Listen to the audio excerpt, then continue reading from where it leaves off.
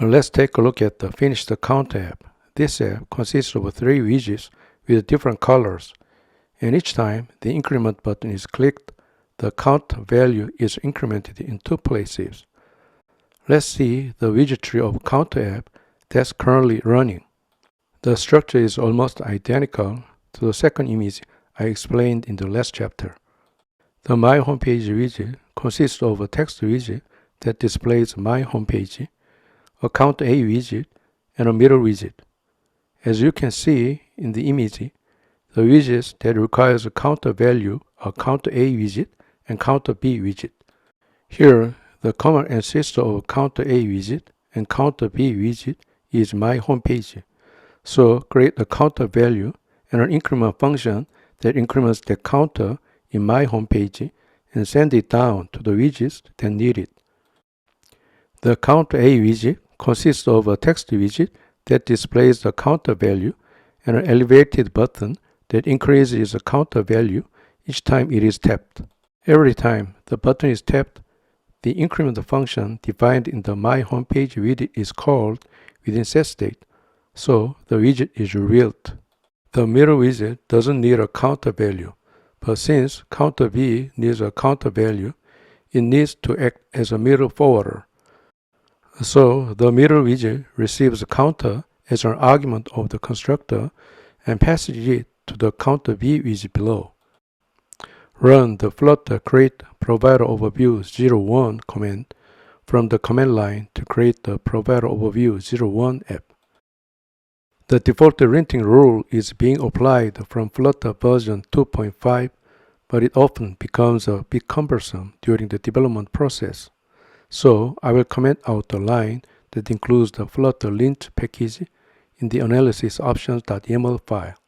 Including this file activates the lint rule, which is recommended for Flutter apps. Counter app starts with the skeleton of the widget tree structure as shown in the image. Give counter as title and make the debug banner invisible. I deleted the original My Homepage widget and then made My Homepage again stateful widget. We are going to make My Homepage as the common parent of the widgets that need a counter, so create an integer type counter variable with an initial value of 0.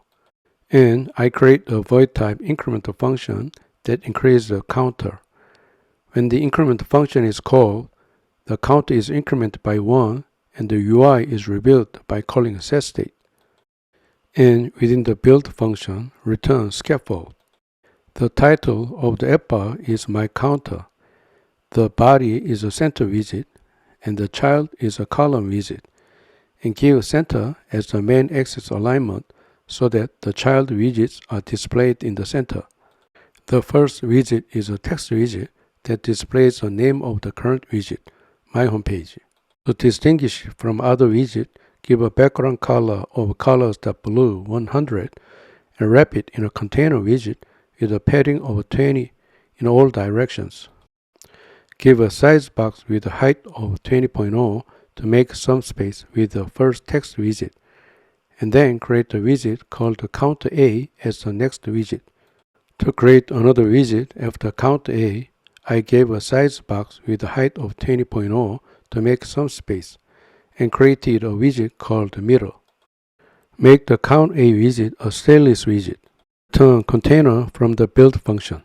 Give colors.red 100 as a color to distinguish it from its surroundings, and give 20 in all directions for the padding. Give a column widget as a child of container and create a text widget to display the current counter value in the column widget that displays a value of 0 for now. Create an elevated button that increases the counter every time the button is pressed. For now, let's make it an empty function. Make the middle widget a stateless widget. Return container within the build function. To distinguish the middle widget from the other widget, give colors.gray 200 as the color of container, and give a padding of 20 in all directions. Middle widget will have a row widget as a child, and give main axis alignment.center as the main axis alignment to align rows children in the center. And for the rows size, set main axis size as main axis size that mean to make them take up only the size they need. As children, we have a counter B widget and a sibling widget. Make the count B widget a stateless widget. In counter B widget, return container within the build function. For the child, make it have a text widget that prints the counter in font size 24, and make it display 0 for now. To distinguish this text widget from its surroundings, wrap it in a container, and for color, give it colors.yellow 100. Next, let's look at the sibling widget.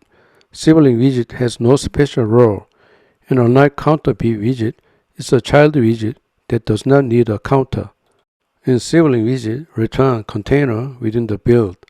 The child, display sibling in font size 24 and all, and to distinguish sibling widget from the other widget, wrap it with a container and give colors.orange 100 as the color. Let's do a hard restart to see what we've made so far. Now that we have created the skeleton of the counter app, we will do the necessary work to display the counter value on this widget tree and trigger the increment function.